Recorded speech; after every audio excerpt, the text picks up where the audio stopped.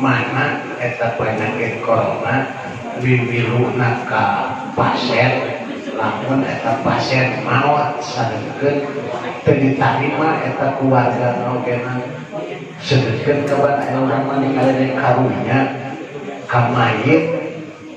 Tah eta penyakit corona teh di maotna teh batasana teh nepi ka jero kubur miluna manggilan malaikat apa tapi ka mana penyakit corona teh lebih ke atuh bisa diurus kudu cageul gitu.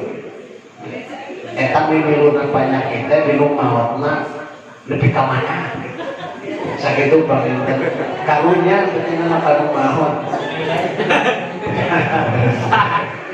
sakitu atau nuhun mana sih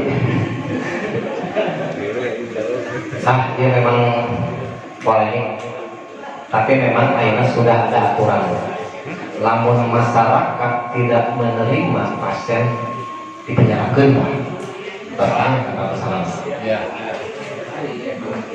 Stigma ieu akan isu ieu anu tentang masyarakat seolah-olah virus eta teh dibawa we ka mana-mana.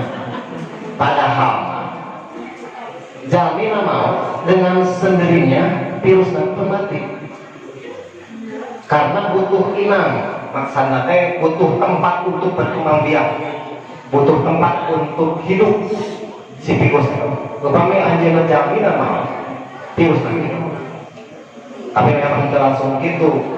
Nya mau jalmina anu ieu sami pangetan aya waktos, makanya aya protokol. Setiap yang meninggal dengan positif coronavirus maksimal 4 jam, tidak boleh lebih diurus nanti. Dimulai diplastikan dan mulai dimakan segala ayat kata kosalana dugi ka 4 jam. Ayeuna kunaon pangali diplastikan, kunaon dugi ka misalnya di lemarian tetian, karena memang sok keluarkan cairan. Nah, cairan eta bisi kasentuh meskipun memang mau si virusnya, tapi bisa saja kemungkinan beberapa menit, beberapa jam risiko penularan eta masih bisa memungkinkan. Makanya 4 jam biasa di secepatnya dilaksanakan protokol pemulasaran jenazah.